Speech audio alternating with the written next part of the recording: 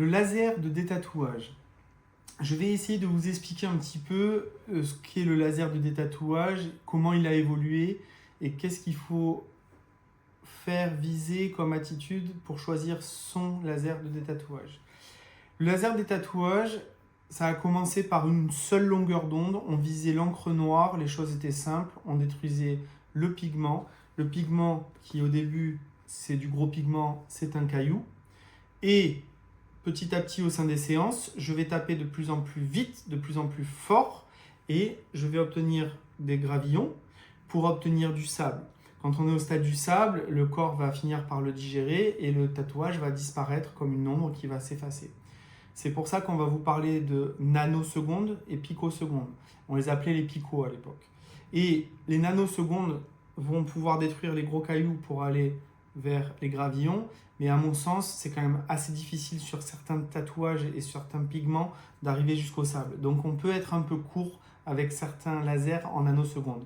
Donc il vaut mieux un laser en picoseconde. Le laser en picoseconde pourra faire du nanoseconde, mais pourra basculer vers le picoseconde quand on aura besoin d'aller jusqu'au sable et traiter des tatouages jusqu'au bout. Parce qu'on ne va pas garder une ombre, c'est ça qui est dommage dans un détatouage. Donc il faut aller jusqu'au bout. Ça, c'était la monolongueur d'onde qu'on avait au début avec plus ou moins de puissance. Rapidement, on s'est aperçu que les tatouages ont des couleurs et les couleurs ont été de plus en plus élargies. On a un panel de couleurs qui commence à vraiment toucher toutes les couleurs et on va devoir changer de longueur d'onde. Donc les bons lasers de tatouage, petit à petit, nous ont amené vers une deuxième longueur d'onde qui a permis, et on va le voir sur la roue chromatique et on vous remettra un schéma plus grand, on va avoir une deuxième longueur d'onde qui est arrivée en 532, qui nous aura permis de détatouer le rouge, orange, jaune, rose. On va avoir de nouvelles couleurs qui vont pouvoir réapparaître et être détatouées. Les très bons lasers ont introduit une troisième longueur d'onde qui nous ont permis d'aller chercher toujours sur cette roue chromatique tout ce qui était violet, bleu, bleu ciel. On va avoir encore plus de possibilités, toujours en nanopicosecondes, une troisième longueur d'onde. Et là, on arrive sur les lasers les plus hauts de gamme qui vont nous permettre une quatrième longueur d'onde pour aller chercher une couleur bien spécifique, c'est la couleur verte. Pourquoi elle nous intéresse cette couleur verte? Parce qu'en fait, quand un tatouage est noir, quand on va détruire ce noir, il va se décomposer. Je vous ai parlé des gros cailloux qui finissent en gravillon. À ce stade-là, les gravillons vont changer de couleur. Si c'était un tatouage noir et qu'en fait c'était de l'encre de Chine, on va avoir un tatouage qui vire au vert.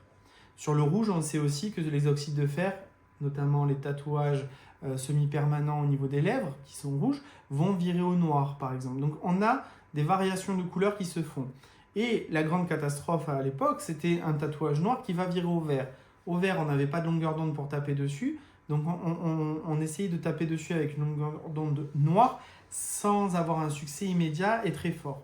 Donc c'était assez problématique. Cette quatrième longueur d'onde nous a permis d'aller chercher et de finir la roue chromatique dans des tatouages. Donc ça va mettre des fois plus de temps quand on a de la couleur, mais on finira par arriver à avoir un résultat dans le détatouage. Donc cette roue chromatique et les explications en fonction des lasers, tir laser rapide, la taille du spot, c'est-à-dire quelle surface on couvre avec le laser, ça va changer les profondeurs. Plus le spot est large, plus on va en profondeur, plus le spot est petit, plus on reste en superficie. Donc c'est plein de paramètres que le médecin va prendre en compte pour travailler sur votre détatouage.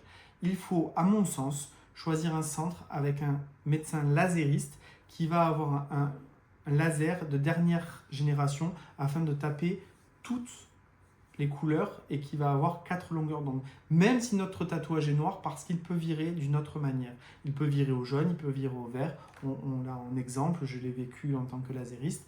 Ça peut arriver. Donc le mieux, c'est d'avoir le meilleur laser et un médecin au bout qui maîtrise son laser de détatouage.